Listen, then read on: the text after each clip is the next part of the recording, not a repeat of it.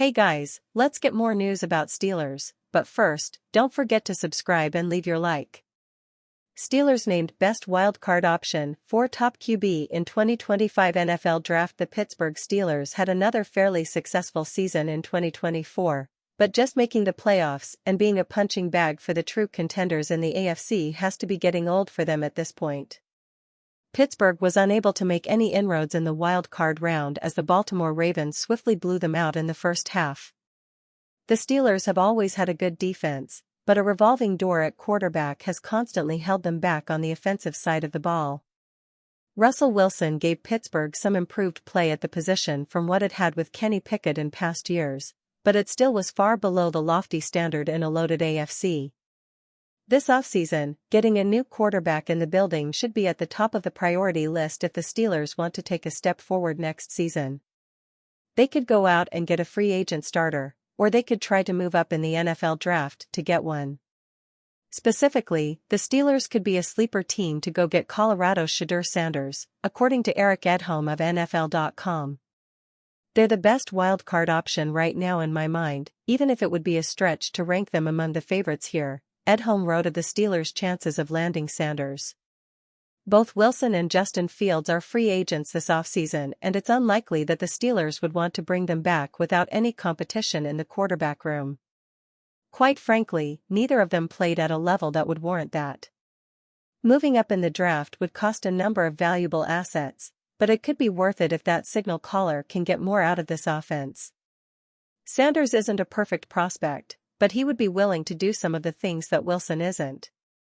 Sanders plays on time for the most part and is able to attack all levels of the field, which should help this group be more consistent. Wilson throws a better deep ball, which benefits the Steelers' current receiving core led by George Pickens, but Sanders would allow them to be less boom or bust. Steelers expected to lose key offensive starter. Much of the Pittsburgh Steelers' offseason plan will revolve around the quarterback position. With Russell Wilson and Justin Fields set to hit free agency, it's clear that only one, if any, will return, and there are numerous veteran options waiting for Pittsburgh on the open market. Fans may be more willing for new blood in the quarterback room after the team collapsed down the stretch, losing 5 consecutive games, concluding with a wild card round embarrassment against the rival Baltimore Ravens. As poorly as Wilson played down the stretch, the passing offense wasn't solely to blame. While both passers exceeded expectations early in their Pittsburgh tenures, neither one was built to last, not with the Steelers' poor receiving core, and not without a functioning ground game. Pittsburgh's attack, led by offensive coordinator Arthur Smith, demands a strong run game and will stubbornly attempt to find when, especially on early downs. Here, the offense struggled, regardless of who was under center. By expected points added per rush, they ranked 24th in the NFL.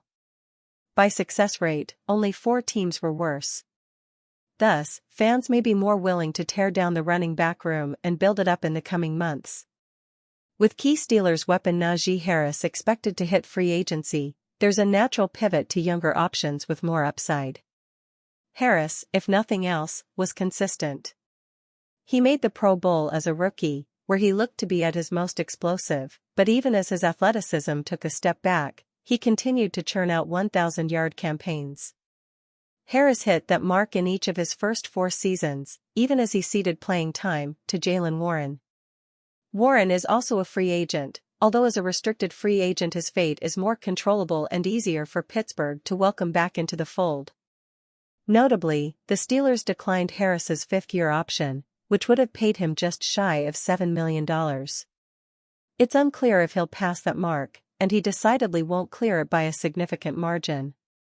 Philadelphia Eagles running back Saquon Barkley found a 3-year, $37.75 million deal last offseason, boasting a more impressive resume and an easier accessibility to explosive plays. Harris is likely to find work as a short-yardage complementary back at worst, with a handful of teams perhaps willing to let him be the lead back in an offense more conducive to his strengths. Expect Pittsburgh to fill his shoes with some combination of Warren, an inexpensive free agent, and a rookie as it hopes to inject explosiveness into the backfield. Steelers predicted to land former $40 million cornerback NFL free agency is just around the corner and the Pittsburgh Steelers have several holes to fill. One of them being cornerback. With veterans Dante Jackson and Cameron Sutton hitting the open market, the Steelers could prioritize a new CB2 in free agency, someone to pair with Joey Porter Jr. ESPN NFL staff writer Matt Bowen predicted such a move while outlining the top 50 free agents on February 18, sending veteran cornerback Charvarius Ward to Pittsburgh. Ward has the man coverage ability to press or pedal off the ball, along with the backfield vision to make plays in zone coverage, Bowen reasoned. Continuing, I see him fitting nicely opposite Joey Porter Jr. in a Steelers defensive scheme that played single high coverage over 50% of the time last season. Over 7 pro seasons, Ward has 10 interceptions and 59 pass breakups. According to Bowen, Ward is the second-best cornerback on the market in 2025, behind DJ Reed Jr., and the 10th-ranked free agent overall. He last signed for $40.5 million in 2022, inking a 3-year deal with the San Francisco 49ers. Ward not only earned every penny of that $40.5 million contract, but he also netted another $400,000 in incentives, per over the cap.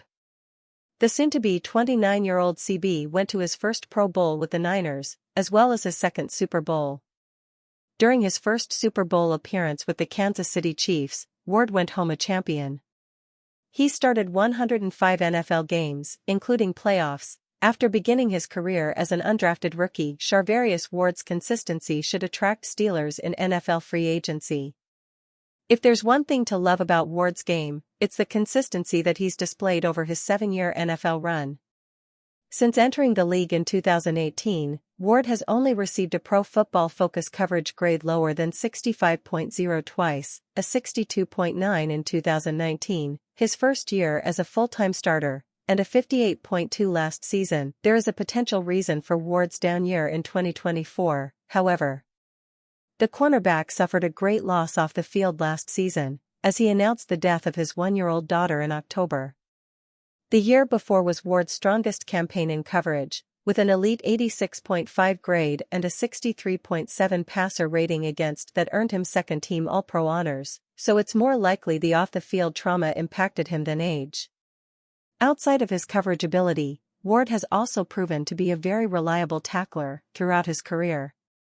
In 4 out of his 7 seasons, he was graded an 80.0 or higher in this area, and his tackling marks have never dropped below 70.0. Over the years, Ward has generally been solid as a run defender too.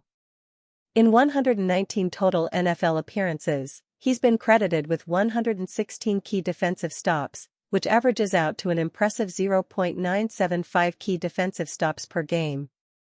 Potential cons of Steelers signing Charvarius Ward in NFL free agency. There are a few weaknesses in Ward's game that could cause teams to steer clear of him in free agency, outside of his age, 29 in May, and potential price tag, Spotrac market value of $15.3 million AAV.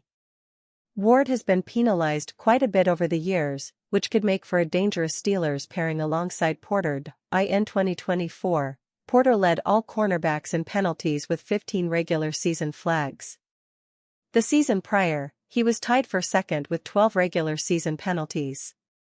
The player he was tied with in 2023? None other than Charvarius Ward. On his career, Ward has been flagged 52 times, which averages out to 7.43 penalties per year.